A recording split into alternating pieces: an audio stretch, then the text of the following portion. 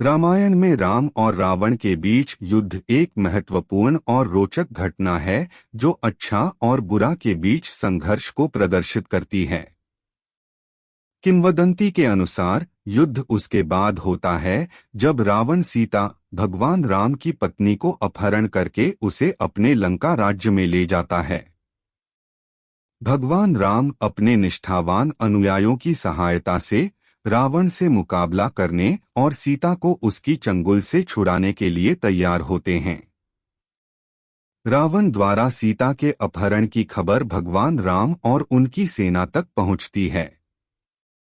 गहरी दुहक और संकल्प से भरे हुए भगवान राम अपने वफादार भाई लक्ष्मण के साथ महान हनुमान द्वारा नेतृत्वित वानर सेना के साथ जुड़ते हैं। वे लंका की ओर एक चुनौतीपूर्ण यात्रा पर निकलते हैं, समुद्रों को पार करते हैं और रास्ते में विभिन्न बाधाओं से मुकाबला करते हैं। जैसे ही वे लंका के किनारे पहुंचते हैं, भगवान राम की सेना आगामी युद्ध के लिए तैयार हो जाती है।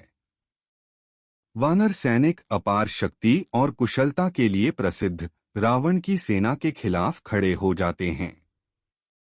भगवान राम की अदल दल की तैयारी और उनके दिव्य आयुधों ने उनके अनुयायियों में आत्मविश्वास को जगाया और सीता को उनके पक्ष से छुड़ाने की इच्छा उनकी हर चाल में प्रभावित की। 10 सिर राक्षस राजा रावण भगवान राम के आपूर्ति की जानकारी रखते हैं, अपनी भयानक सेना को तैयार करते हैं। उन्होंने अपने पुत्र इंद्रजित और कुंभकर्ण जैसे प्रमुख सेनापतियों और उनके विश्वासपात्र योद्धाओं को युद्ध के लिए तैयार होने का आदेश दिया। युद्ध क्षेत्र बिल्कुल एक संदिग्ध वातावरण बन जाता है क्योंकि दोनों पक्ष अभी मुकाबले के लिए अपने आप को तैयार करते हैं। युद्ध एक तेजस्वी तीरंदाजी और अन्य हथियारों के बीच तेजी से शुरू होता है। भगवान राम अपनी अद्भुत तीरंदाजी क्षमता के साथ रावण की सेना के बीच अपार हाव भाव का कारण बनते हैं। वानर सैनिक हनुमान के नेतृत्व में अद्भुत शक्ति और कुशलता का प्रदर्शन करते हैं, शत्रु सैनिकों को तेजी से हरा देते हैं और उनकी युद्ध प्रणाली को नष्ट कर देते हैं। बल का देवता माने जाने वाले रावण खुद युद्ध क्षेत्र में प्रवेश करते हैं ताकि भगवान राम के साथ आमने सामने लड़ाई कर सकें।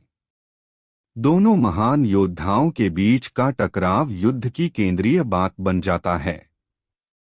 भगवान राम की तीरंदाजी तेजस्वी ज्यों की त्यों होती है, वैसे ही उनकी तीरों का प्रहार रावण के कवच को छेद देता है, लेकिन राक्षस राजा अपने मजबूत हमलों के बावजूद प्रतिक्रिया करते हैं, जिससे उनकी शक्ति और कुशलता का प्रदर्शन होता है। युद्ध भगवान राम द्वारा अपनी दिव्य आयुधों का उपयोग करते हुए बढ़ता जाता है। राम और रावण के बीच होने वाला लड़ाई दिन भर चलती है, जिसमें उन्होंने एक दूसरे को बार बार घायल किया और हराया।